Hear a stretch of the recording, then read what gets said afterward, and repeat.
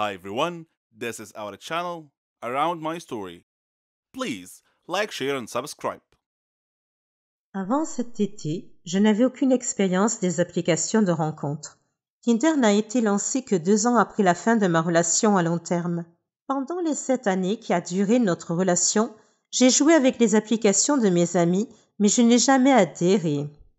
Me retrouvant soudainement célibataire au début de l'été et ayant désespérément besoin de distraction, j'ai plongé la tête la première dans la piscine des rencontres en ligne. J'ai commencé avec Tinder parce que ma ville est trop petite pour autre chose et que mon cœur, froid et mort, voulait des rencontres occasionnelles. Rien de sérieux. C'est le but de Tinder. Tinder a répondu à la plupart de mes attentes. J'ai eu une poignée de rendez-vous, j'ai rencontré des gars cool et d'autres pas si cool. Et j'ai traîné avec quelques personnes vraiment intéressantes, comme un DJ radio qui gère une entreprise de mariage à côté.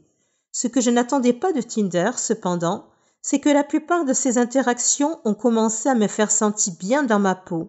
Je veux dire, vraiment bien dans ma peau. Comme toutes les femmes du monde, je n'ai jamais été satisfaite de mon corps. Je fais du 44, je suis étiquetée grande taille et j'ai porté des lunettes par intermittence toute ma vie.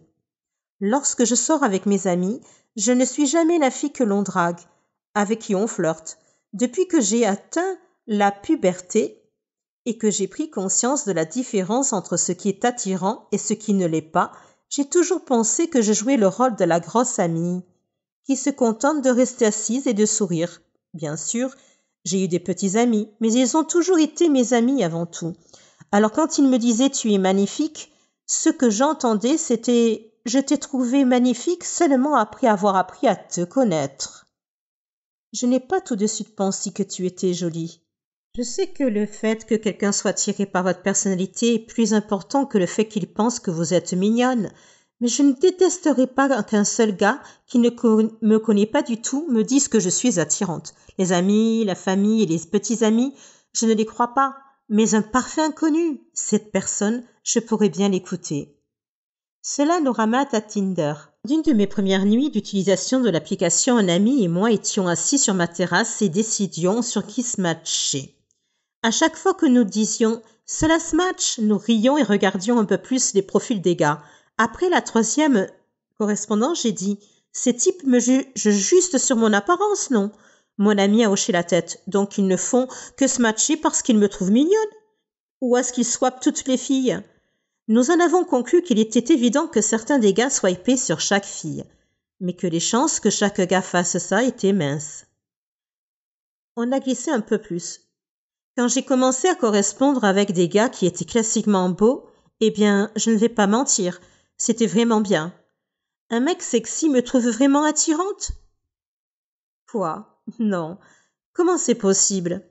Puis les messages ont commencé. Certains sont allés droit au but en disant « tu es vraiment jolie ». D'autres ont d'abord engagé la conversation avant de faire des compliments ici et là. Je sais que c'est ainsi que les gens fonctionnent sur Tinder, mais gardez à l'esprit que je ne suis pas du tout habituée à cela. Ce n'est que lorsque j'ai commencé à rencontrer ces gars que je me suis demandé « est-ce que Tinder peut booster l'estime de soi ?» 2 gars m'ont demandé comment une personne aussi jolie que moi était encore célibataire. J'ai eu un rendez-vous avec un gars qui m'a dit en espagnol que j'étais belle. Un autre gars que j'avais rencontré plusieurs fois m'a demandé « tu cherches quelque chose de sérieux ?» J'ai répondu en riant comme une folle. Ce n'est pas la question qui m'a surprise. C'est le fait qu'elle vienne d'un type incroyablement séduisant et en pleine forme. Parce que oui, je suis superficielle et je ne passe à côté que sur les types que je trouve physiquement séduisants. Quand j'ai fini de rire, j'ai dit quelque chose de maladroit comme « oh, peut-être, je veux dire, je ne suis pas contre ». Mon esprit cependant disait « tu es sérieuse? Tu t'es vue? Tu m'as vue ?» En fait, je n'étais pas séduisante, mais je savais simplement comment bien m'habiller. Je me suis retirée dans ma coquille malsaine. Peu de temps après ce type, j'ai traîné avec un étudiant en médecine gentil et ringard qui était en ville pour les vacances. On s'entendait bien. Le lendemain, lorsque nous nous sommes retrouvés, il semblait choqué que je sois sortie une 2e fois avec lui. Il n'arrêtait pas de répéter « Tu es si belle !» Je n'ai jamais l'occasion de faire des choses comme ça. Je ne sais pas comment répondre au compliment. Mad Boy a secoué la tête. Il a dit « Ne fais pas ça. N'aie pas honte de ton corps, tu es si séduisante. Tu t'es vue. Tu es magnifique. » Quelque chose chez ce type a fait que mes pensées habituelles de haine de soi ont commencé à perdre prise.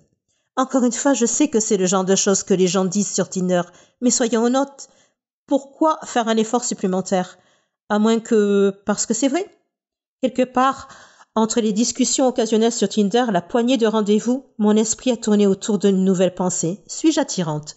Je me suis regardée dans mon miroir en pied. J'ai essayé de voir ce que ces gars voyaient. Des gars qui ne me connaissaient pas du tout. Des gars qui ne sont pas influencés par ma personnalité. Et des gars qui n'ont aucune raison réelle de me complimenter, parce que je ne recherche pas une relation de sitôt. Tout à coup, je commence à le voir. Là où je voyais des bosses disgracieuses et un ventre que je rentrais avant d'éteindre la lumière, je vois maintenant un corps sain, bien dessiné et, osons le dire, mince. Mes amis, ma famille et mes petits amis m'ont toujours dit que j'étais séduisante. Mais ce n'est que lorsque ces inconnus ont commencé à le répéter encore et encore que j'ai commencé à l'entendre. Alors, qu'est-ce qui booste l'estime de soi? Tinder ou les simples rencontres? Ou est-ce qu'ils fonctionnent l'un avec l'autre? Parce que sans Tinder, je ne sortirais probablement pas du tout.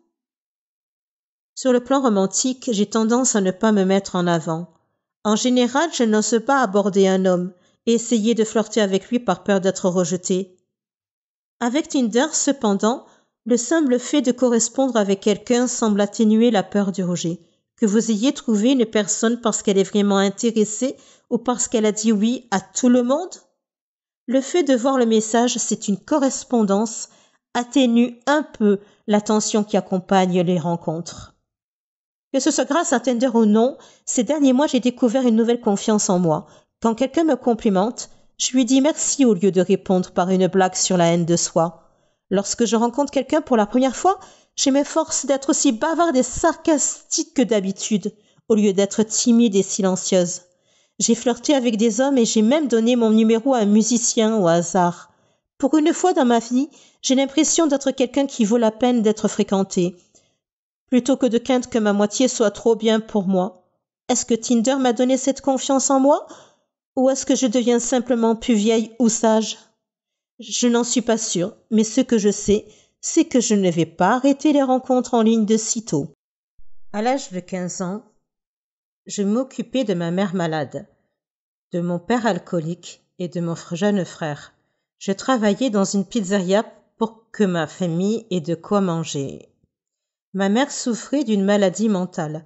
Ses hallucinations étaient effrayantes. Parfois, elle détruisait des choses dans la maison. Mon père se rendait physiquement malade en buvant trop. Il était souvent en retard au travail et sa vue se détériorait. Je devais m'occuper de mon frère de 6 ans. Je restais éveillée la nuit et lorsque je m'endormais enfin, je faisais des cauchemars dans lesquels je voyais mon père mourir ou mon frère être emmené. Pour faire face au stress, j'ai commencé à faire des choses comme mon père à l'automne de ma première année de lycée. Cela a détendu tous les muscles de mon corps. J'ai bien accueilli l'engourdissement, mais mon père n'en a pas fait une bonne image. J'ai donc arrêté et essayé une autre drogue à la place. Un jour, au printemps de ma première année, mon ami m'a offert une pilule. J'ai hésité, puis j'ai accepté. 20 minutes plus tard, je me sentais heureuse et légère, comme si mon corps était un nuage. Tout le stress et les soucis concernant ma famille ont disparu pendant des heures. Après cette seule pilule, j'en voulais plus. Mon ami connaissait un dealer, alors je lui donnais l'argent et il m'en donnait plus. Ces pilules n'étaient pas bon marché et mon salaire de la pizzeria n'était pas suffisant. J'ai demandé à mon ami « Tu connais quelqu'un qui pourrait me trouver un meilleur emploi ou autre chose ?» Il m'a répondu « Pas